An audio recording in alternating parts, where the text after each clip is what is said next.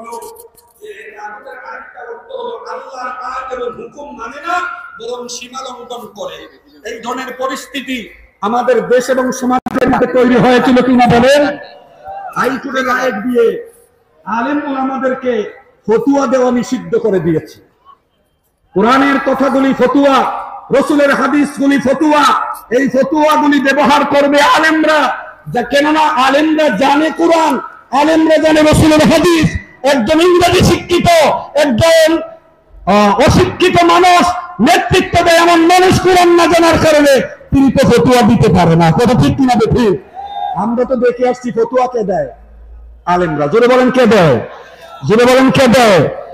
তারা তো মানেই না, বরং রায় দিয়া ফতুয়া যাদের ব্যাপারে নিষিদ্ধ করে দেওয়া হয়েছে, তাইলে এই কোরআনের হুকুম লঙ্ঘন করা হয়েছে কি হয় নাই? 3 নম্বর হলো বিনা কারণে অন্যায় ভাবে মানুষের উপরে জুলুম এবং অত্যাচার করা। আচ্ছা বলুন তো দেখি, আপনাদের বিবেকের কাছে ছেড়ে দিলাম, এই দেশের মধ্যে বিগত সময়ে মানুষের উপরে বিনা কারণে অন্যায় ভাবে জুলুম হয়েছে কিনা? অত্যাচার হয়েছে কিনা? নির্যাতন হয়েছে কিনা? অনাচার দুরাচার হয়েছে কিনা? এই নির্যাতন এবং অত্যাচার যারা দাঁড়িয়েওয়ালা টুপিওয়ালাদের উপরে করেছে, আলেম ওলামাদের উপরে করেছে, তাদেরকে কোরআনের ভাষায় কি বলা হয়? তাগুত। জোরে বলেন কি? জোরে বলেন কি? এই 3টা অর্থের সাথে মিল আছে এমন তাগুত আমাদের দেশে আছে না নাই? আমাদের সমাজের মধ্যে আছে না নাই? এই তাগুত যদি আমার ভাই হয়, বলেন এই তাগুত যদি আমার ভাই হয়, এই তাগুত যদি আমার দলের নেতা হয়, এই তাগুত যদি দেশের মন্ত্রী হয়, এই তাগুত যদি দেশের উপদেষ্টা হয়, এই তাগুতের সাথে কি সম্পর্ক রাখা যাবে? এই তাগুতের সাথে কি ভালোবাসা করা যাবে? এই তাগুতের সাথে কি আত্মীয়তা করা যাবে? এই জন্য করা যাবে না। আল্লাহ বলছেন আল্লাহু ওয়ালিউল্লাযিনা আমানু ইখরিজুহুম মিনাজ যুলুমাতি ইলান নূর ওয়াল্লাযিনা কাফারু আউলিয়াহুমুত তাগুত ইখরিজুনাহুম মিনান নূরি ইলাজ যুলুমাত উলাইকা আসহাবুন নারি হুম ফিহা খালিদুন।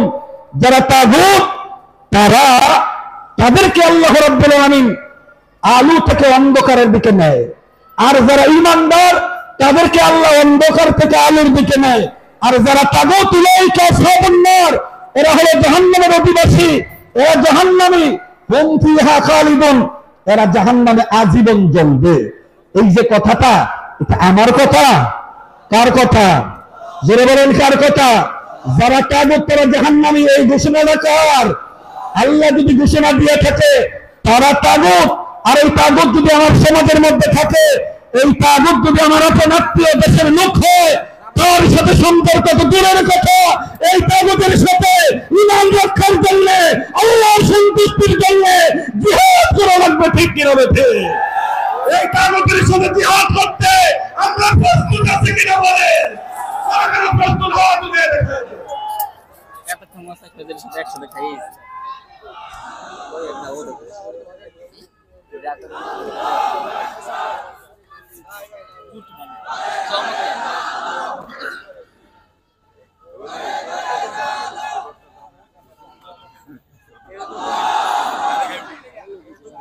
সকলে বলুন আমিন। আপনাদের কষ্ট হইতেছে? খারাপ লাগতেছে? ভয় পাইতেছেন? ভয় হবে কার? কোরআনের কথাগুলি শুনতে গিয়ে দুনিয়ার কোন বাতিলকে আমরা ভয় করি না। সকল বিষয়ে, সকল ক্ষেত্রে আমরা ভয় করি আমাদের আল্লাহকে। ঠিক কিনা বেঠে? এই সাথে লাগাই দিব না। এবার আসুন ওটা দিলে হবে। আমাদের নবীর উপরে এই 2টা দায়িত্ব ছিল, কি ছিল না? কারণ তিনি তো ইন্নাকা লাআলা খুলুকিন আযীম, তিনি তো মা আরসালনাকা ইল্লা রাহমাতাল লিল আলামিন, তিনি তো লাকাদ কানা লাকুম ফি রাসূলিল্লাহি উসওয়াতুন হাসানাহ, তিনি তো আশরাফুল আম্বিয়া, তিনি তো সাইয়্যিদুল মুরসালিন, তিনি তো শীষ, তিনি তো সেরা, তিনি তো শ্রেষ্ঠ, তিনি তো প্রধান। আল্লাহু আকবার বলেন। আমাদের দেশে উপদেষ্টা কয়জন? এটা কি করছেন? কয়জন? 21 এর পরে 324 জন। এর মধ্যে প্রধান উপদেষ্টা কয়জন? প্রধান যিনি, উনার ক্ষমতা কতটুকু? তিনি উপদেষ্টা বানাইতে পারে, বাদও দিতে পারে। কথা ঠিক কিনা ঠিক? মন্ত্রণালয়ের প্রত্যেকটা 1-2টা দিয়ে আবার মাঝে মধ্যে আনে দেয়, হয় কি হয় না? বাকি মন্ত্রণালয় ওনার কাছে রাখছে, ইচ্ছা করলে দিব, নাইলে সব দিয়ে উনার দায়িত্বে উনি পালন করবে। এটার নাম প্রধান, এটার নাম চিফ। কথা ঠিক কিনা বেঠিক? আমাদের নবী যদি প্রধান হয়, চিফ হয়, সেরা হয়, শ্রেষ্ঠ হয়, আমার নবীর উপরে দায়িত্ব অন্যান্য নবীদের চাইতে বেশি না কম? কথা বলেন, বেশি না কম? অনেকগুলি দায়িত্ব নবীজির উপরে নবীর আছে। এর মধ্যে একটা দায়িত্ব আমি আপনাদের সামনে বলতে চাই। কুরআনুল কারীমের সূরা সফের 9 নম্বর আয়াত, সূরা তাওবার 33 নম্বর আয়াত, সূরা আল ফাতহার 28 নম্বর আয়াত। কয়টা সূরা বললাম? যদি বলেন কয়টা? আয়াত নাম্বার কয়টা বললাম? আয়াতগুলো যদি পড়ি আপনারা বুঝতে পারবেন একই রকমের আয়াত। আল্লাহ সূরা সফের 9 নম্বর আয়াতের মধ্যে বলছেন, হুয়াল্লাযী আরসালা রাসূলাহু বিল হুদা ওয়া দীনিল হাক্কি লিইয়ুযহিরাহু আলাদ দীনি কুল্লিহি ওয়ালাউ কারিহাল মুশরিকুন। আল্লাহু আকবার বলেন। সূরা তাওবার 33 নম্বর আয়াতে আমার আল্লাহ বলছেন, হুয়াল্লাযী আরসালা রাসূলাহু বিল হুদা ওয়া দীনিল হাক্কি লিইয়ুযহিরাহু আলাদ দীনি কুল্লিহি ওয়ালাউ কারিহাল কাফিরুন। সূরা ফাতিহার 28 নম্বর আয়াতে আমার আল্লাহ বলছেন, হুয়াল্লাযী আরসালা রাসূলাহু বিল হুদা ওয়া দীনিল হাক্কি লিইয়ুযহিরাহু আলাদ দীনি কুল্লিহি ওয়া কাফা বিল্লাহি শাহীদা। আল্লাহু আকবার বলেন। এই আয়াতগুলির অর্থ হলো এই, আমার আল্লাহ তার রাসূলকে দুনিয়ার মধ্যে পাঠিয়েছেন দুইটা পাওয়ার দিয়া, দুইটা শক্তি দিয়া। এক নম্বরে হলো হেদায়েত, দুই নম্বরে হলো দ্বীনে হক। কয়টা? জোরে বলেন কয়টা? এক নম্বরে কি? হেদায়েত, দুই নম্বরে কি? দ্বীনে হক। এই পাওয়ার দুইটা শক্তি দিয়া এই জন্য পাঠাইছেন, লিইয়ুযহিরাহু আলাদ দীনি কুল্লিহি, যেন তিনি সকল ধর্মের চাইতে সেরা ধর্ম হিসাবে ইসলামকে বিজয় ঘোষণা করাতে পারে। সুবহানাল্লাহ বলবেন না? ওয়ালাউ কারিহাল কাফিরুন ওয়ালাউ কারিহাল মুশরিকুন। আচ্ছা বলেন তো দেখি, রাসূল যে দায়িত্বটা পালন করছেন, এই দায়িত্বে কি কাফেররা খুশি ছিল? কথা বলেন, খুশি ছিল? সন্তুষ্ট ছিল? নবীজির জীবনটাকে যদি দুইটা ভাগে ভাগ করতে চাই, নবুয়তির আগের জিন্দেগি আর নবুয়তির পরের জিন্দেগি। নবুয়তির আগের জিন্দেগিতে রাসূলকে কোন কাফের কি গালি দিছে? বলেন, গালি দিছে? অত্যাচার করছে?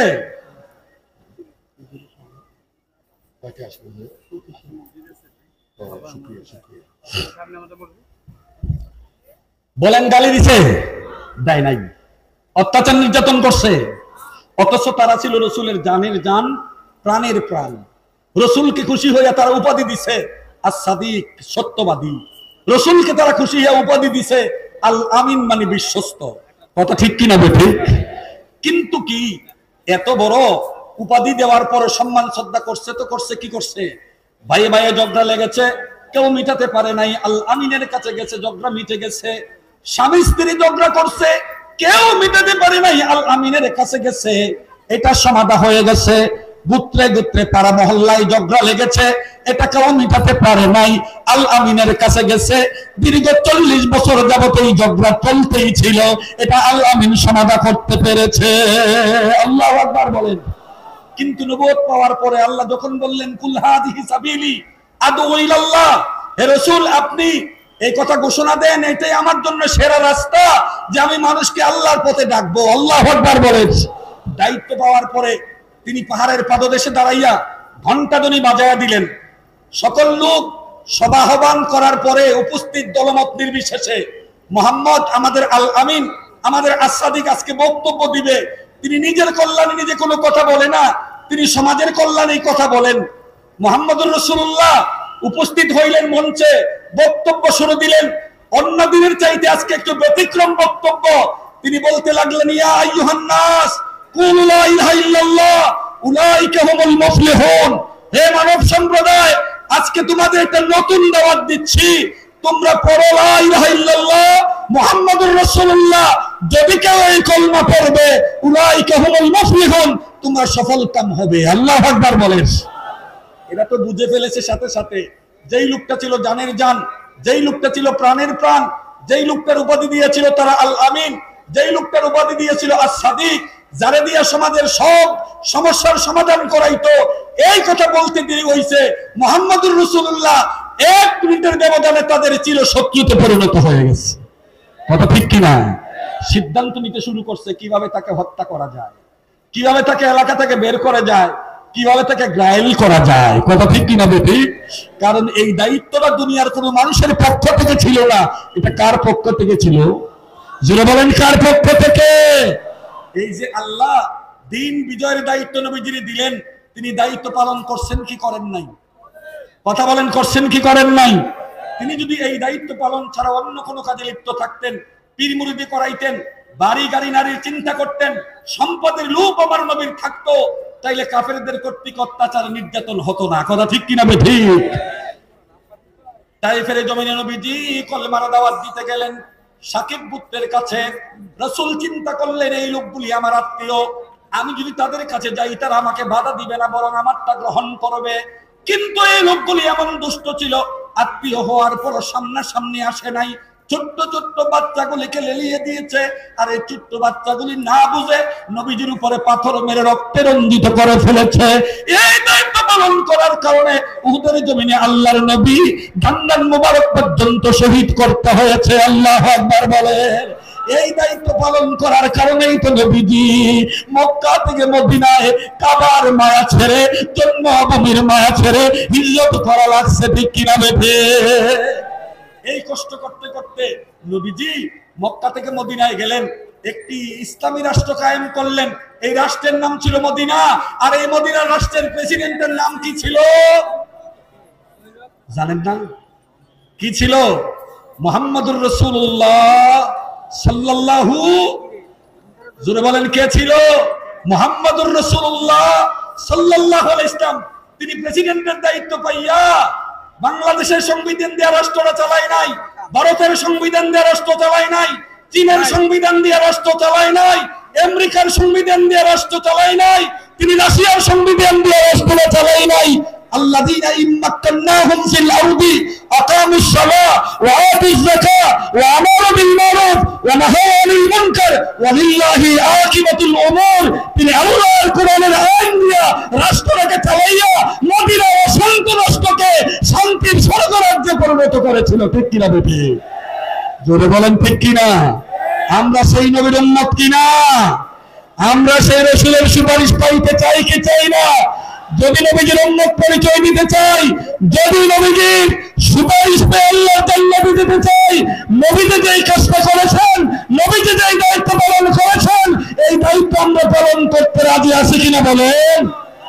জোরে বলেন, রাজি আছেন কিনা? আমরা যদি আমাদের এই দেশে চাই, সিদ্ধান্ত নেই, যেহেতু এটা মুসলমানদের বাংলাদেশ, যেহেতু এটা পীর আউলিয়াদের বাংলাদেশ, যেহেতু এটা উলামাদের বাংলাদেশ, যেহেতু এটা আইম্মায়ে ইসলামের বাংলাদেশ, হাফিজে কোরআনদের বাংলাদেশ, এই দেশে রাষ্ট্র চলবে মদিনার রাষ্ট্রের মতো আল্লাহর কোরআনের আইন দিয়ে। ঠিক কিনা বেঠে?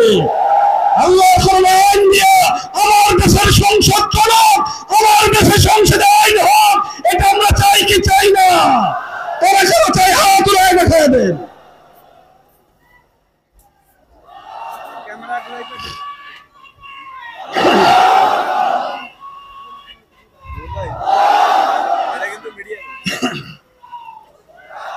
আল্লাহ কবুল করুক, আমিন বলেন। আচ্ছা বলেন তো দেখি, তিনি যে দায়িত্ব পালন করেছেন এটার স্বীকৃতি কে দিয়েছেন? জোরে বলেন, কে দিয়েছেন? জগতের লোকেরাও দিয়েছে, আল্লাহও দিয়েছে। বিদায়ী হজের ভাষণে নবীজি বক্তব্য দিচ্ছেন। একটা সময় বলে উঠলেন, ও আমার সাহাবারা, বলো তো দেখি আমি যেই দায়িত্ব নিয়ে দুনিয়ার মধ্যে এসেছিলাম, আমি আমার দায়িত্ব সঠিকভাবে পালন করতে পেরেছে কিনা? এই কথা শুনবার পরে সাহাবারা হাউমাউ করে কাঁদতে শুরু করলো, আর ভাবতে শুরু করলো, হায় হায়, আমাদের নবীজি এই মুহূর্তে কেন আমাদের এই কথা জিজ্ঞেস করতেছে? মনে হয় তিনি আমাদের মাঝে আর বেশি দিন বেঁচে থাকবে না। আল্লাহ বলে আল্লাহর নবীর আমাদের মাঝ থেকে উঠায় নিবে। এরপরও সাহাবারা বলি, ইয়া রাসূলুল্লাহ, নবীজি আপনি যেই দায়িত্ব নিয়ে আল্লাহর পক্ষ থেকে আমাদের মাঝে আসছিলেন, এই দায়িত্ব সঠিকভাবে পালন করেছেন। আল্লাহু আকবার বলেন। এই কথা বলবার পরে নবীজি উপরের দিকে তাকাইলেন, হাতগুলি উপরের দিকে উঠাইলেন, আল্লাহরে ডাক দিয়ে বলে, আল্লাহ এই মজলিসের দিকে আপনি তাকায়া দেখেন, আপনার বান্দারা আমার উম্মতেরা সাক্ষ্য দিয়েছে আমি নাকি আমার দায়িত্ব সঠিকভাবে পালন করেছি, আপনি সাক্ষী থাকেন। আল্লাহ রাব্বুল আলামিন সাথে সাথে ঘোষণা দিয়েছেন, আল-ইয়াউমা আকমালতু লাকুম দীনাকুম ওয়া আতমামতু আলাইকুম নি'মাতি ওয়া রাদিতু লাকুমুল ইসলাম দীনা। আল্লাহু আকবার বলেন। হে নবীজি, ইসলামকে আপনাদের জন্য পূর্ণাঙ্গ করে দিলাম, 99 আপনাদেরকে ধন্য করে দিলাম। আপনার দায়িত্ব পালনের কারণে খুশি হইয়া আমি আল্লাহ ইসলামকে আপনাদের জীবন ব্যবস্থা হিসাবে ঘোষণা দিলাম। আল্লাহু আকবার বলেন। তাহলে নবীজি এই দায়িত্ব পালন করলেন, করছেন কি করেন নাই? এই দায়িত্ব পালন করে তিনি সফল না ব্যর্থ? তিনি ফাঁস না ফেল?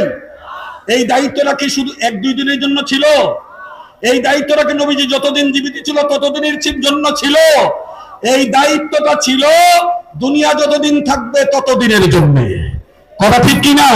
কোরআন যতদিন থাকবে ততদিনের জন্য, কিয়ামত যতদিন পর্যন্ত না হবে ততদিনের জন্য।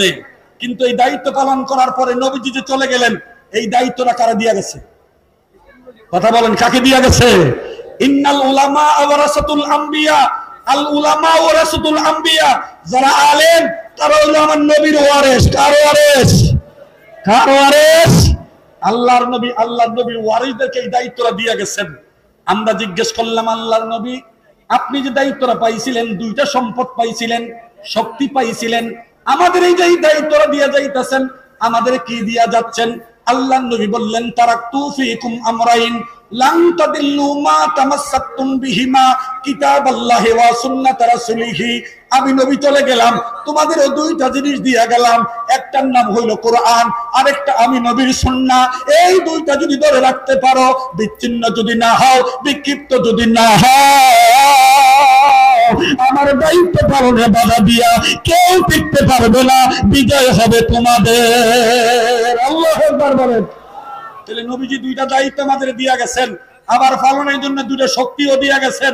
এইবার আপনাদের বিবেকের কাছে, শিক্ষিত মানুষগুলির কাছে, ভদ্র মানুষগুলির কাছে, এই সারা দেশ থেকে উপস্থিত হওয়া বিভিন্ন জনের কাছে আমার একটা প্রশ্ন, নবীজি যে এই দায়িত্ব দিয়া গেছে, এই দায়িত্বটা এই দেশের সকল আলেমরা কি পালন করে?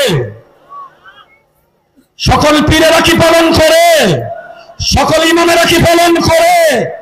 আমার যতটুকু ধারণা, আমার যতটুকু পর্যালোচনা, বাংলাদেশটা আলেমের দেশ, হাফেজদের দেশ, পীর মাশায়েখদের বাংলাদেশ। এখানে আলেমদের সংখ্যা নগণ্য নয়, হাফেজদের সংখ্যা নগণ্য নয়, পীরদের সংখ্যা নগণ্য নয়। আমরা একটা এমন এক পজিশনে আছি, এমন এক পর্যায়ে আছি, আমরা যদি নবীর দেওয়া দায়িত্বটা সকলে একত্রিত হয়ে পালন করতে পারতাম, বাতিলেরা আমাদের বাধা দিতে পারত না, আমাদের বিরুদ্ধে হামলা করতে পারত না, এই দেশের বড় বড় আলেমগুলিকে ফাঁসির কাস্তে ঝুলাতে পারত না। ঠিক কিনা বেঠে? কি অপরাধ ছিল মামুনুল হকের মতো মুহাক্কিক আলেমের? কি অপরাধ ছিল রফিকুল ইসলাম মাদানির মতো বড় আলেমের? কি অপরাধ ছিল বাংলাদেশের শ্রেষ্ঠ আলেম আহমদ শফির মতো বড় আলেমের? কি অপরাধ ছিল জুনায়েদ আল বাদনগরীর মতো বড় আলেমের? কি অপরাধ ছিল আল্লামা সাইদি সাহেবের, যেই লোকটা বাংলাদেশ নয় সারা বিশ্বে পরিচিত? ঠিক কিনা বেঠে? তাদের একটাই মাত্র অপরাধ, তারা নবীর দেওয়া দায়িত্ব পালন করেছে। কথা ঠিক কিনা বেঠে? তাদের একটাই মাত্র অপরাধ, তারা নবীর দেওয়া দায়িত্ব পালনের কথা বলেছে। ঠিক কিনা? তবে সকলেই পালন না করার কারণে, গুটি কয়েক অথবা কিছু মানুষ পালন করার কারণেই আমাদের উপরে এই জুলুম, এই অত্যাচার, এই অনাচার। কথা ঠিক কিনা ঠিক? আমরা দাবি করি, আমরা চাই এই দেশের সকল আলেমেরা, এই দেশের সকল পীরেরা, এই দেশের সকল ইমামেরা মিলে নবীর আদর্শ, নবীর দেওয়া দায়িত্ব পালন করে নবীর আদর্শের সৈনিক হবে।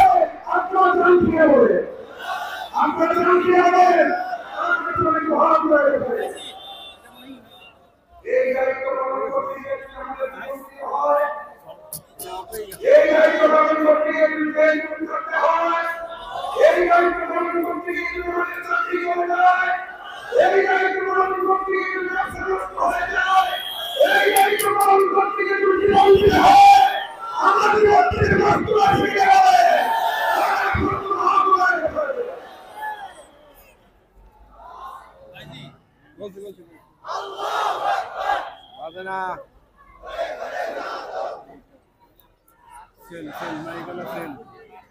বাজে না তো আল্লাহ তো কানুন বলে